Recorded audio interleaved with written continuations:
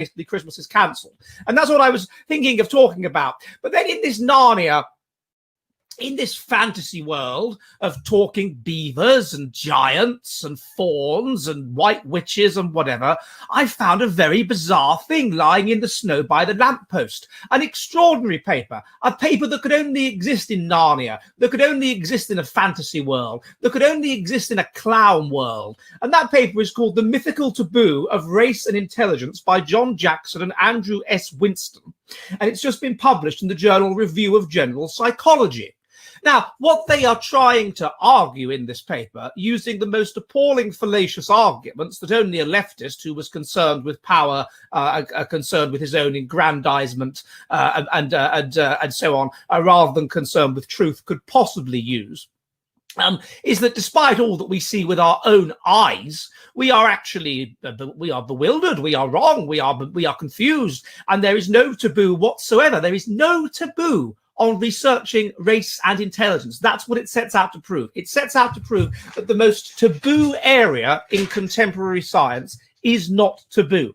It argues the following, basically. That people have argued, people who they insist on calling hereditarians, even though few people would say they were extreme hereditarians, that the MSM suppresses proper research on intelligence, that it's hard to get research on intelligence that looks at biological differences published, that it's not taught at universities, that it's not put in textbooks, that people that do research it tend to be condemned for doing so and tend to be fired.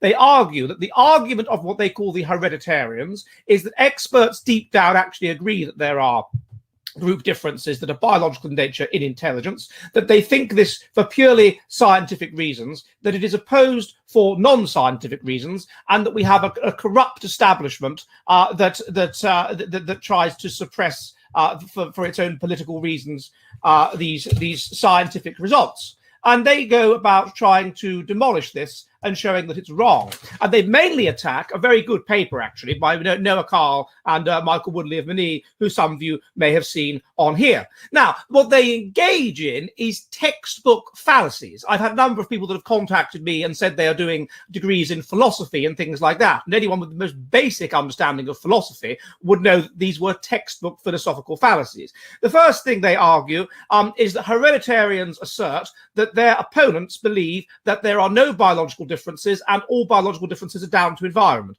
That is a straw man argument, because obviously they don't. Manifestly, no sensible person could think that. Nobody could possibly think that race differences in skin color and whatever are a matter of environment. That is a straw man argument. And it is also an example of the fallacy of poisoning of the well. So it's trying to make their opponents look stupid in the view of the unbiased reader. So that's out. Secondly, they say, well, these hereditarians, they claim that they're subject to abuse and stuff like that, but they abuse us. They call us Lysenkoists. That's really, really bad. They call us Lysenkoists. They use emotional abuse, to which I would counter two things. First of all, who are these people that call them Lysenkoists? I don't think there are many people that do. And secondly, the term Lysenkoist has nothing like the power of the term racist or the term Nazi. The terms racist and Nazi are extremely loaded, powerful words. They have been argued to, in many ways, be the modern equivalent of words like witch or papist. People can be beaten up for being accused of being those things. People can lose their jobs for being accused of being those things. People will lose friends for being accused of being those things. I don't know when it last happened in the West that somebody lost their job, lost friends, or got beaten up because someone called them a Lysenkoist. So you can't really compare. It's apples and oranges to compare Lysenkoist as an insult, as a term of supposed academic abuse, to rate it to the R word, shall we call it? The Lysenkoist is a reasonable summary of what they're saying, if they genuinely think that things are wholly a matter of environment or very, very substantially a matter of environment. Whereas the other thing is an extreme insult, an extreme term of abuse. And indeed, there was a case in Finland recently where somebody called Junis Lokka sued a Finnish journalist called Johanna Vekka for calling him these terms, and she was found guilty of an offence on the grounds that she used what was called insulting words. So this is an insulting word in Finnish law. It's an insulting word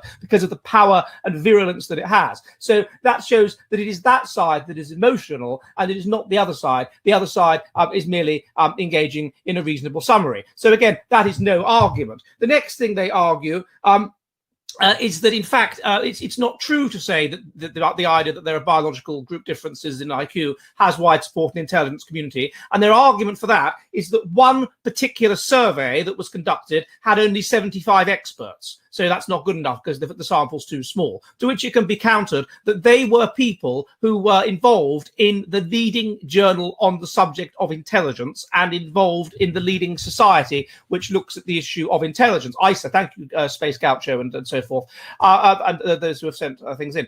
For some reason, they're not coming up here. What's going on here? That's a bit odd. Okay, I'm not seeing any super chats for some reason come up on the old YouTube. They're only coming up on when I check on the other one on entropy. I don't know what's going on there, but anyway, never mind.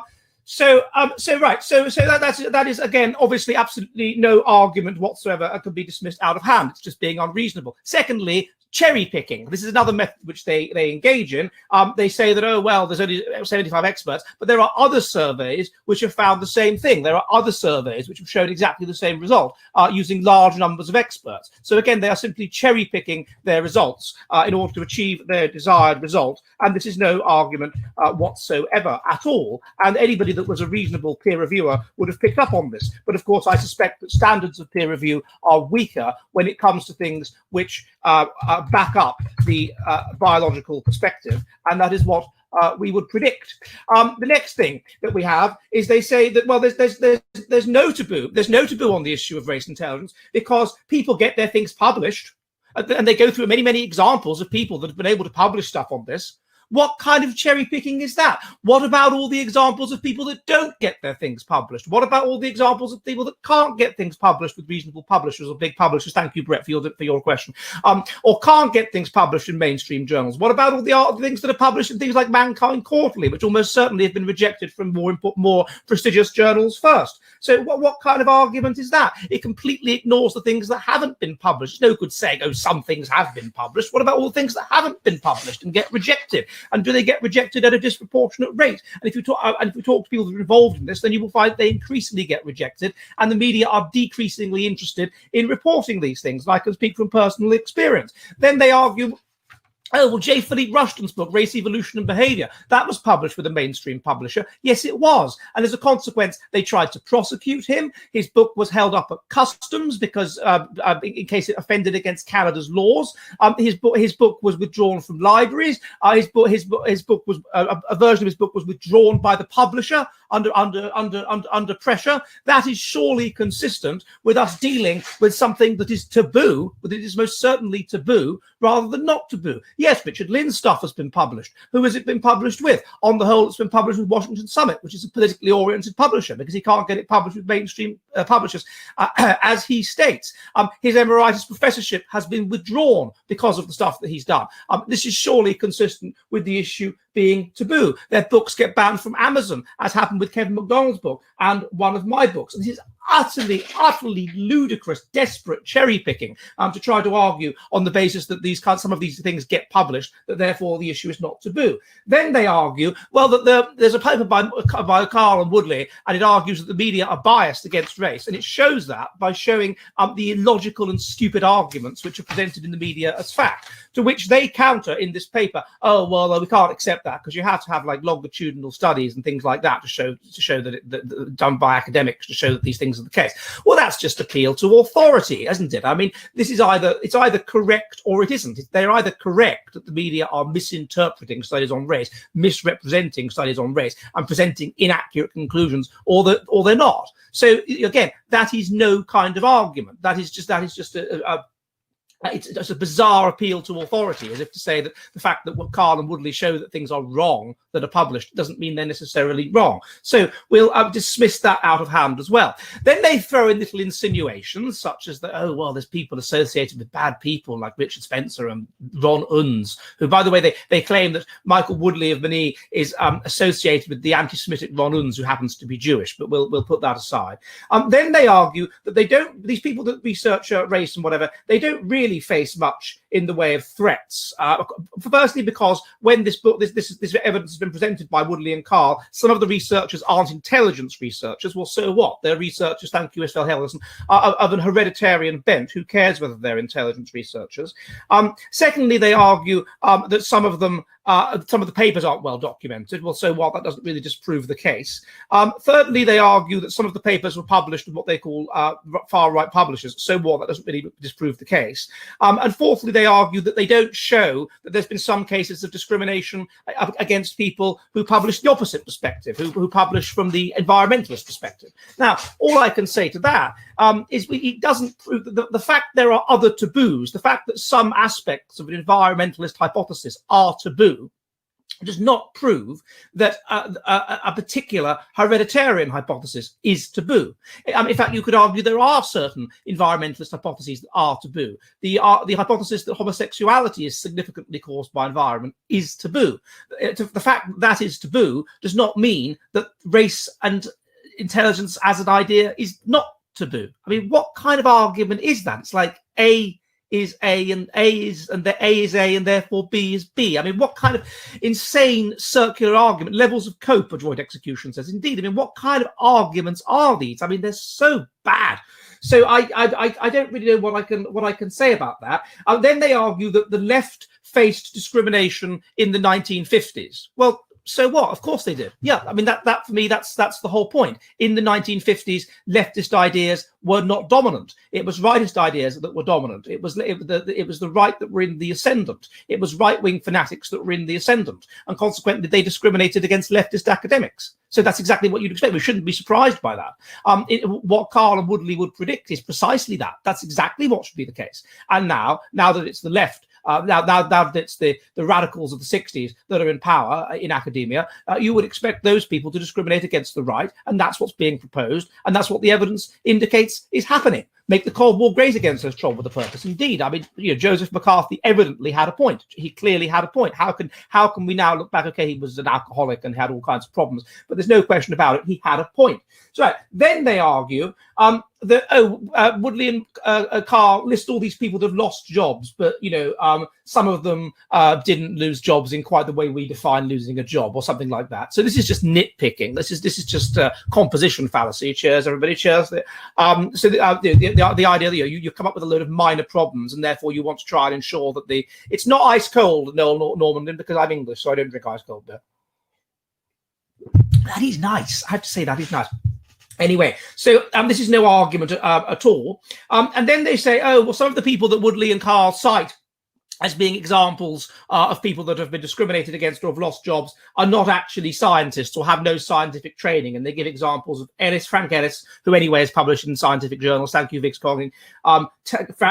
Jared Taylor, who anyway is published in scientific journals. And Toby Young, who anyway is published in scientific journals. So that's not really an argument. That's just the kind of appeal to membership of the guild. A, it's a tiny little argument. It's just nitpicking. And it doesn't really prove their case or disprove Woodley and Carl's case. And B, so what? It's just defining science differently. You could define science as a person who's a scientist because they publish in scientific journals, or you could say a person's a scientist because they have a science degree. It's not really an argument, is it? So there's absolutely no logical arguments here at all. It's a combination of straw man arguments, of nitpicking, of composition fallacy, of sort of insinuation. It's a thoroughly bad paper, which can be refuted in every possible detail. And yet, am I familiar with James D. Watson? Yes, James D. Watson is mentioned in the paper. And yet it is published in this extremely prestigious journal. And I guarantee you that were I quite reasonably to try and write a response to this, in which I would systematically refute this paper, they would, of course, reject it. on the ground, and they would reject it for political reasons, because there would be no problems of logic with my response to it. They would simply reject it, in much the same way that when Nathan Coffness published a critique of MacDonald's paper, I wrote a response and they rejected it out of hand, and I had to publish it in a different journal. And then when he wrote a response to that, to my response, I wrote a response which that journal then rejected out of hand, because they didn't want to get any more trouble, and so I had to publish that in a different journal. And so the idea that there is no discrimination in these realms is absolutely ridiculous. And I think it's absolutely fascinating that at a time when you're getting continuously people being sacked, unpersoned, even having their bank accounts drawn in some extreme cases